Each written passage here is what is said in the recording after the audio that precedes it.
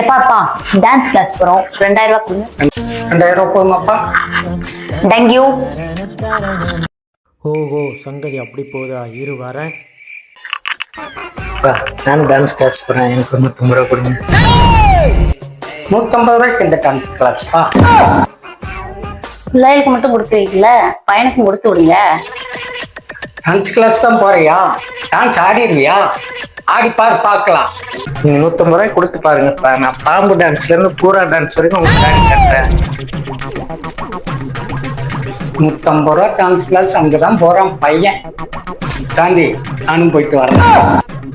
A few moments later. நெத்தியில பட்டு வச்சி நீ வரன ஜலகட்டி நெத்தியில பட்டு விக்ரமணி, நானும் வர்றேன். தண்ணி தொட்டி தேடி வந்த கண்ணு குட்டி நான், தண்ணி தொட்டி தேடி வந்த